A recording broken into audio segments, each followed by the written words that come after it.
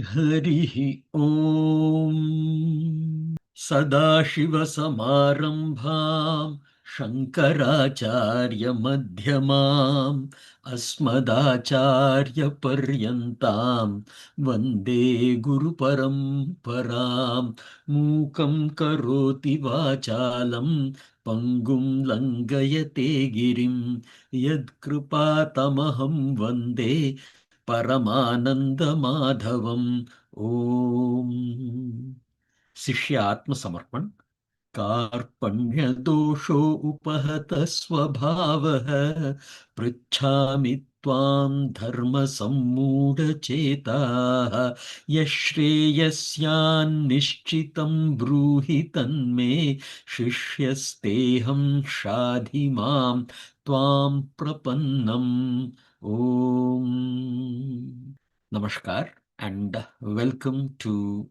the last day of 2026, and with the very best wishes for a happy new year, I would like to start the class today. We are in the Shloka number 42 of Bhagavad Gita's chapter 2. The Shloka goes like this. Yamimam pushpitam vacham pravadantya vipaschitah vedavadaratav partha nanyadastiti vadinah. Last week, I had said that we will skip the class today. However, I will try to record something, and I thought maybe we can just start with this particular shloka and end it sooner rather than take it all the way to the 1 hour. Let the wisdom of Gita flower in you, and with that brightness, may your life become even more purposeful, meaningful, and very successful.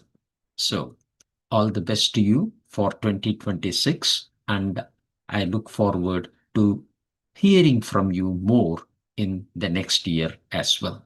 The shloka goes like this, where we have the first is Yam Imam. All these, Imam is these, Yam, Imam, these ones. Pushpitam. Pushpitam means flowery, right? Like a pushpa. Pushpa is a common word, which is flower. Pushpitam means like flower. So flowery. Vacham, words. Pravadanti avipaschitah. Pravadanti avipaschitah will come like that. Pravadanti means say. So there are people who will speak very flowery words. Who are those kind of people? Avipaschitah. Paschitah means seeing. Vipaschitah means Viseshena is the V prefix that comes in, meaning with a very, very good vision, with a total understanding. Avipaschitah means those who lack in complete or who have incorrect knowledge base. So those people speak.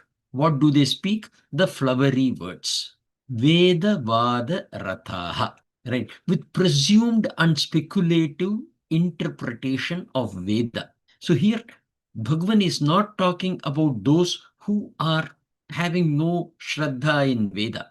Bhagavan is speaking of those who have studied Veda, but they have not really understood the true concepts of Veda. Very superficially, they have studied. Even those people, even them, he is calling as avipaschitah. But avipaschitah is where one is not able to distinguish clearly between the right and the wrong things. Partha, he is son of Pritha, Arjuna, na anyat asti, nanyadasti, iti vadinah.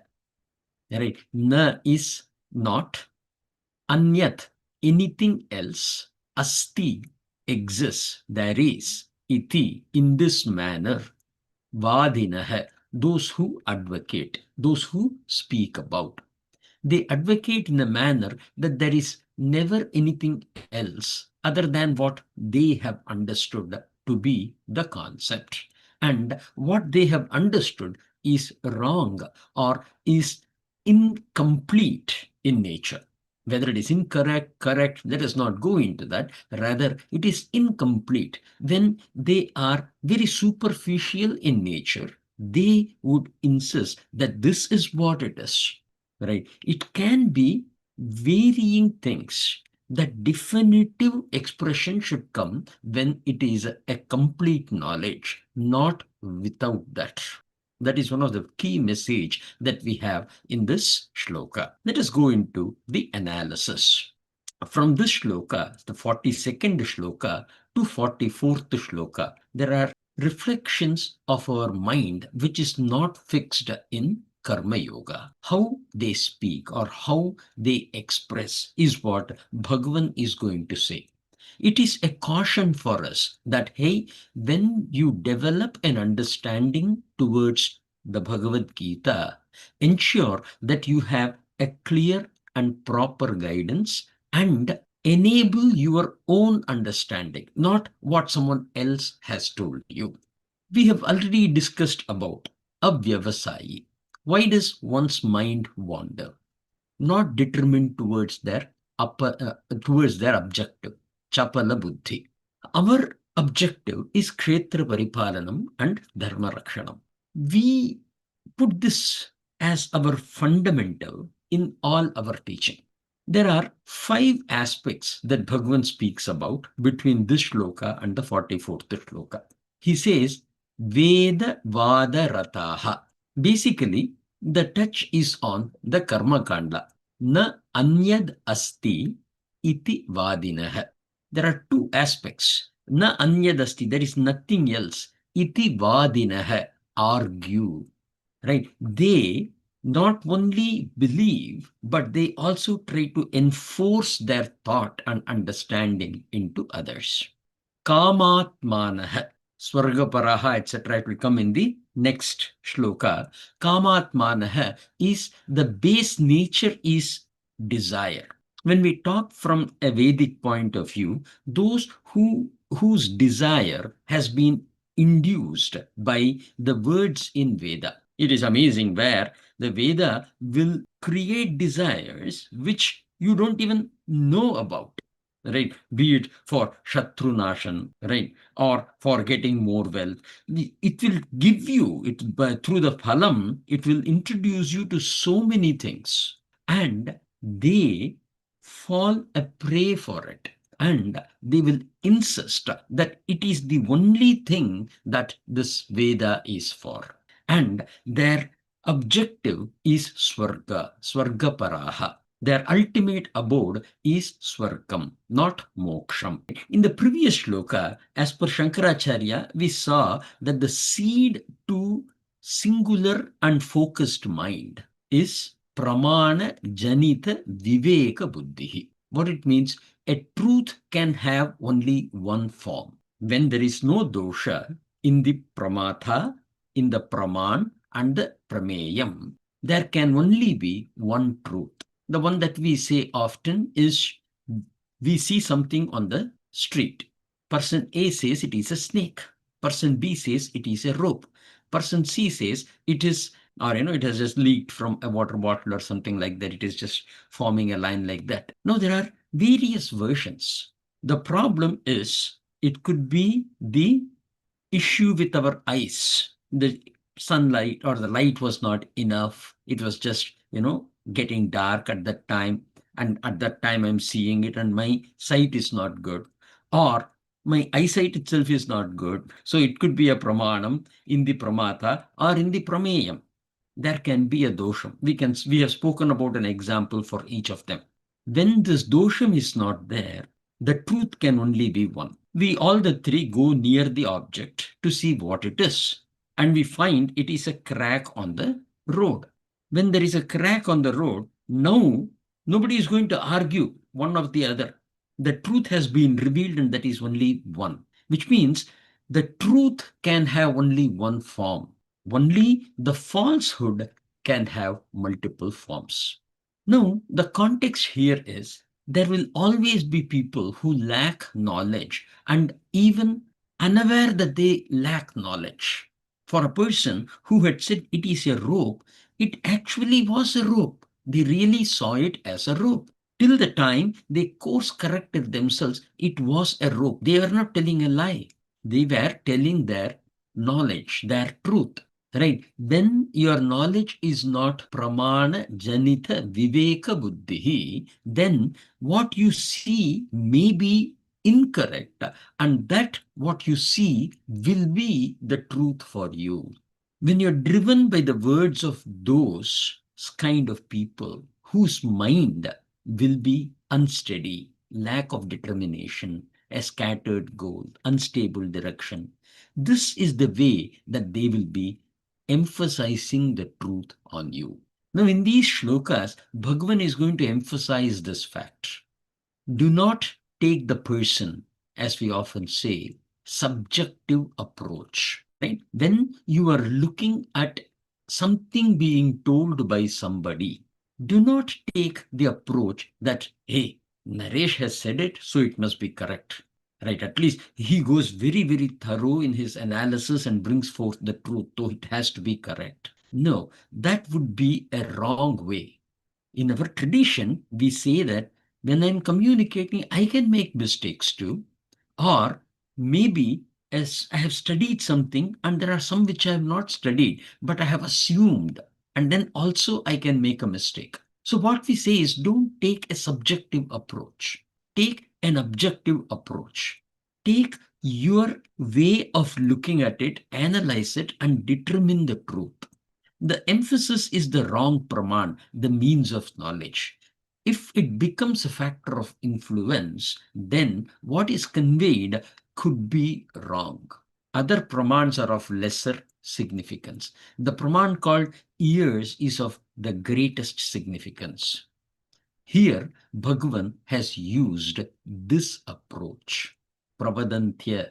When he says that, he is emphasizing on the fact that Shastra needs to be heard. It should not be read. You should read it after hearing for your analysis. That reading is going to be part of the mananam kind of an aspect. For now, you can put it under Śravaṇam, Mananam, and Nitidhyasanam. This aspect of reading should come within the Mananam, and the seed, the base, should be Śravaṇam. This is again a derived value that we put based on Bhagavan's word saying Pravadantya Vipaschitaha. Because hearing us is our primary access to Shastra, we say Shrotasya Bhushanam Shastram. Shastra is the ornament of the ears. But when the ear becomes ornamented by unverified ideas, some speculative philosophies, seductive promises, pseudo-Vedantic teachings, then though your intent was good, your buddhi becomes fragmented. And that is why we say, don't take a subjective approach, take an objective approach. In tradition, we say that as human, we are always attracted to bhogam, desire to enjoy, aishwaryam. Aishwaryam means rulership. We have seen the word Aishwaryam from the point of view of wealth, strength, people, leadership, etc. But the thing that it contributes to is the rulership, and that is why I'm using the term rulership here.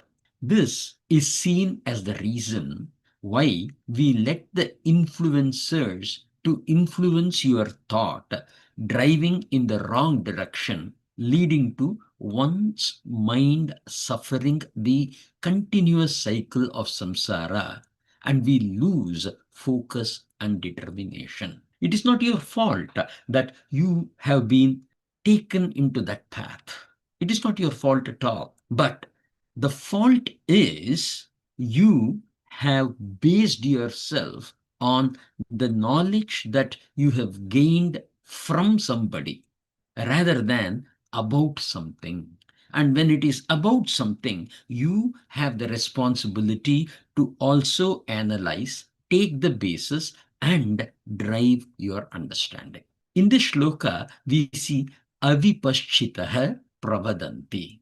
Yam imam pushpitam vacham to listen to will be very nice and interesting. Veda Vada Rathaha, those who are driven by the Karma Kanda, which speaks of several bhogam, driven by the Phalashruti, Prayojanam. Na Anyad Asti iti Vadinah. Beyond the Veda Vadam, there is nothing else. That is the way that they would speak about. Hey, why are you going to Gita class and all? It is for retired people, right? Let us focus on doing it. Let us try to focus on earning money, or let us try to be productive to the society. As though studying Veda or studying Gita or Upanishad or Vedanta is not productive to the society. In fact, this is the most productive to the society, as it flowers your mind to see and analyze and find out the truth. The pursuit of truth is the best way that one can serve the society. But they will say being productive, being this thing, this is not helpful to the society, this is just flowery words, etc. In fact, Bhagavan says those are the flowery words. So in this shloka, we see wrong teachers plus wrong pramana plus the desires that are within you are this, what is a seed to the avyavasāyī buddhi. Mind loses its capacity for getting fixed onto one thing. And that is in itself a thing that leads to failure. In tradition, we also warn that this is the biggest hurdle in the way of pursuing karma yogic way of life, because it is coming within the karma yoga concept that is also seen as one of the intent that Bhagavan is emphasizing. If you want to have a karma yogic way of life, ensure that the Shastra becomes the bhushanam, the decorative elements of your ears. And let you find the truth through the right pramans and drive your life with that truth as the basis. In the Bhashyam, Shankaracharya says, that speech, yam imam vakshamanam, which is about to be described, is flowery, pushpitam, appearing beautiful and attractive, like a blossoming tree. Pushpita vriksha iva shobhamanam. Shankaracharya is trying to say is, it is like a tree that yields beautiful flowers, but it is not of any specific use. It doesn't bear fruits, and the flower is really not used in anywhere, right? So it is like that. It has got only a presentation as the objective. It is pleasant to hear those kind of words. Shriyamanam Ramaniyam is what Acharya says. And it appears appealing in the form of many alluring statements. Vakya Lakṣaṇam Vacham. Who speaks like this? Ke Pravadanti? The ignorant ones. Avipaschitah. Those of small intellect. Alpa Medha is the word that Acharya uses. Those lacking discrimination. Avivekam. Avivekinah. What kind of people are they? Veda Vada Rathaha. Those who are attached only to the literal Vedic statements that promise worldly fruits like heaven, prosperity, etc. They delight in Vedic words, Veda Vakyeshu Rathaha, that describe various means, sadhanam, for attaining various results, phalam. Oh, Partha, hey Arjuna, such people argue vadinaha vadana shilaha. That is something that we have to always keep in mind. Intent to continuously argue is something that you can see in avipaschitah, on those who have not seen the truth, saying there is no higher goal than rituals aimed at obtaining heaven and material rewards. Na anyat asti iti is the way that Shankaracharya puts it. With this, the shloka number 42 is over, and we will be going into the shloka number 43. As I was starting this class, I told you today is December 31st, and the intent was we don't want to break this beautiful course of taking the classes every week. The commitment. As I have said, this is not someone wanting to come to learn what Bhagavad Gita says. This is an exercise of Śravaṇam in the path of Jñāna Mārga, in the path of Jnana Yoga, which is going to bring out the beauty from us. It is going to have a fundamental impact in us in terms of how we see the world. It is going to become more positive, more progressive, and more promising. Given this is our objective, we don't want to break it. Like we say, if you are going to practice meditation, the first thing is discipline. Of course, there will be instances where we are unable to do. There could be some circumstances which is going to stop you from doing it. At that time, as I was responding to Ravi Bhaiya the other day, we voluntarily, we recognize the fact that we are missing it, and we commit to doing a prayaschittam. And then we continue. So the commitment, if it becomes binding, that is also poisonous. But the commitment being in the awareness is very important. And that is the only reason why we were having this particular class today. At this point, I will take a break, and if there are any Q&As, we will address them. Harihi Om Purnamadah Purnamidam Purnat Purnamudachyate Purnasya Purnamadaya Purnamevavashishyate. Om Shanti Shanti Shanti. Hari Om Tat Sat.